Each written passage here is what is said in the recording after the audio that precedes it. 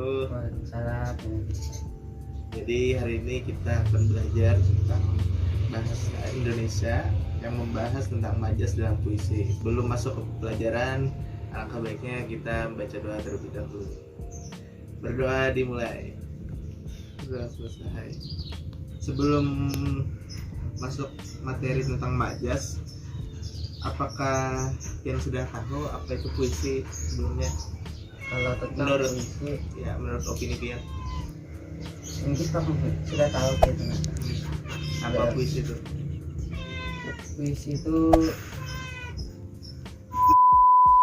Puisi ini ada kayak salah satu cara untuk mengungkapkan perasaan gitu. Bagi Udin. Jadi kalau puisi di sini pengertiannya, puisi merupakan sebuah karya sastra hasil dari ungkapan dan perasaan seseorang dengan bahasa yang terikat irama, matra, rima, kemudian penyusunan lirik dan bait, serta isi-isi dalam puisi penuh makna dengan bahasa yang dipakai cukup indah. Betul juga tadi yang juga tadi tentang mengungkapkan perasaan. Nah, sebelumnya ada yang namanya intonasi dan irama. Pernah tahu intonasi dan irama?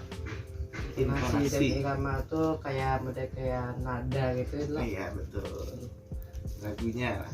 Masuk ke majas. Sebelum itu ada struktur fisik puisi adalah unsur puisi yang dilihat dari dan diamati secara langsung. Ini terdiri dari diksi.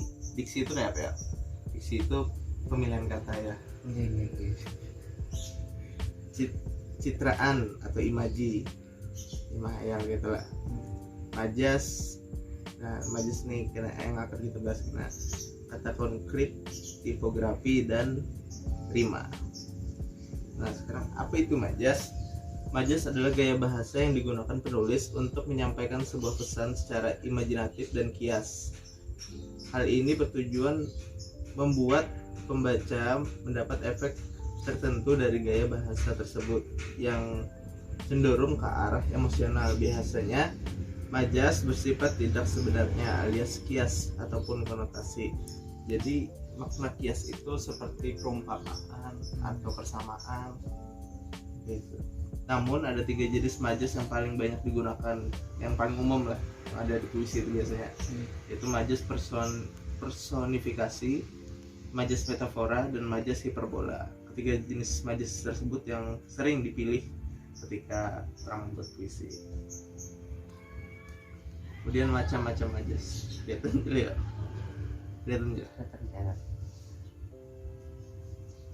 Yang pertama macam-macam majas itu ada majas perbandingan. Jenis majas ini merupakan gaya bahasa yang digunakan untuk menyandingkan atau membandingkan suatu objek, penyamaan, pelebihan ataupun penggantian. Kemudian ada majas pertentangan. Majas pertentangan merupakan gaya bahasa yang menggunakan kata-kata kias yang bertentangan dengan maksud asli yang penulis curahkan dalam kalimat tersebut. Kemudian ada majas sindiran. Majas sindiran merupakan kata-kata kias yang seseorang yang memang tujuannya untuk menyindir seseorang ataupun perilaku dan kondisi. Kemudian ada majas penegasan. Majas penegasan merupakan jenis gaya bahasa yang bertujuan meningkatkan pengaruh kepada pembacanya agar menyetujui sebuah ujaran ataupun kejadian. Nah ini yang majas yang sering digunakan daripada umumnya, majas personifikasi, metafora, dan hiperbola. Majas personifikasi itu adalah gaya bahasa ini seakan menggantikan fungsi benda mati yang dapat bersikap layaknya manusia. Jadi contohnya di sini contohnya adalah daun kelapa tersebut seakan melambai kepadaku dan mengajakku untuk segera bermain di pantai. Bermain di pantai. Jadi yang seakan layaknya manusia bersikap itu adalah daun kelapa tersebut seakan melambai. Kan tidak mungkin Pak, daun kelapa melambai. Iya. Habis itu majas metafora. Contoh yang lain dari majas personifikasi, kalau ini kan daun kelapa melambai, atau bintang-bintang menari. Ya, gitu. Kemudian ada majas metafora, yaitu meletakkan sebuah objek yang bersifat sama dengan pesan yang ingin disampaikan dalam bentuk ungkapan. Jadi ada kesamaannya lah. Pegawai tersebut merupakan tangan kanan dari komisaris perusahaan tersebut.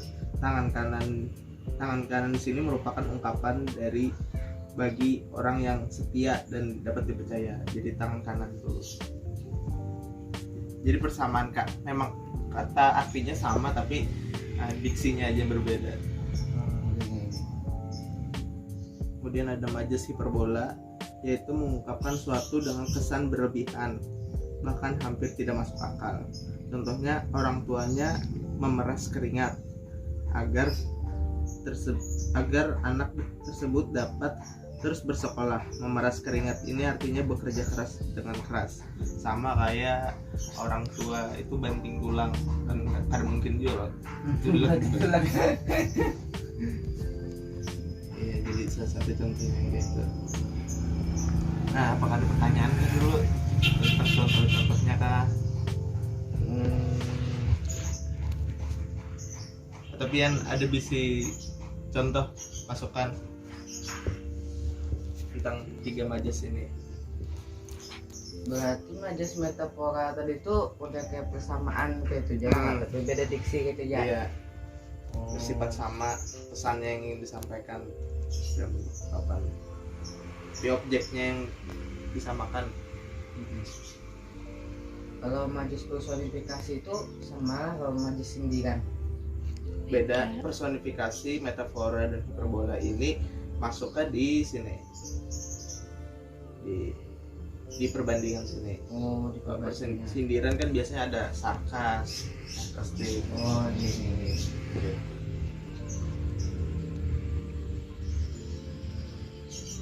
Kalau yang 3 majas ini tadi masuknya di majas perbandingan. Merupakan gaya bahasa yang digunakan untuk menyandingkan atau membandingkan suatu objek. Nyamaan gitu. Pertanyaan yang bagus.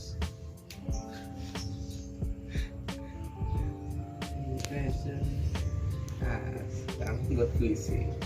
Tapi sebelum buat puisi, kita hendak membaca puisi. Jadi ini puisinya itu aja lah. Kalian kirim di WA aja lah. Puisinya random aja. Setelah kalian kirim tadi kan sudah puisinya, Dika sudah baca dan paham ya. Dika siap Pak? Dika salah siap. Ya.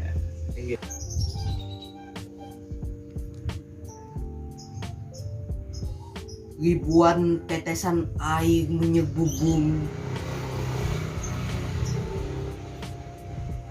memaksa sang awan untuk menangis.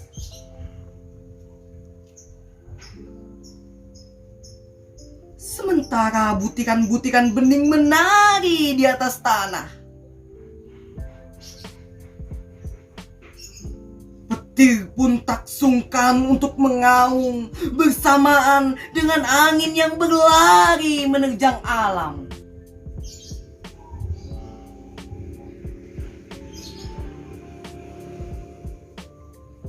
Mungkin karena mereka bersahabat, jadi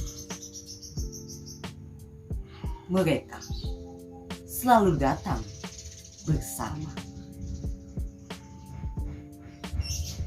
Terima kasih. Oke, terima kasih untuk Dika telah membaca puisinya, sangat bagus sekali. Dan yang terakhir di sini ingin membuat puisi. Jadi bisa dibilang tugasnya nanti keluaran bakal membuat puisi. Baik, sebelum mengakhiri pertemuan kita pada hari ini, kita berdoa dulu. Berdoa dimulai. Berdoa selesai. Aku beri topik berikutnya. Assalamualaikum warahmatullahi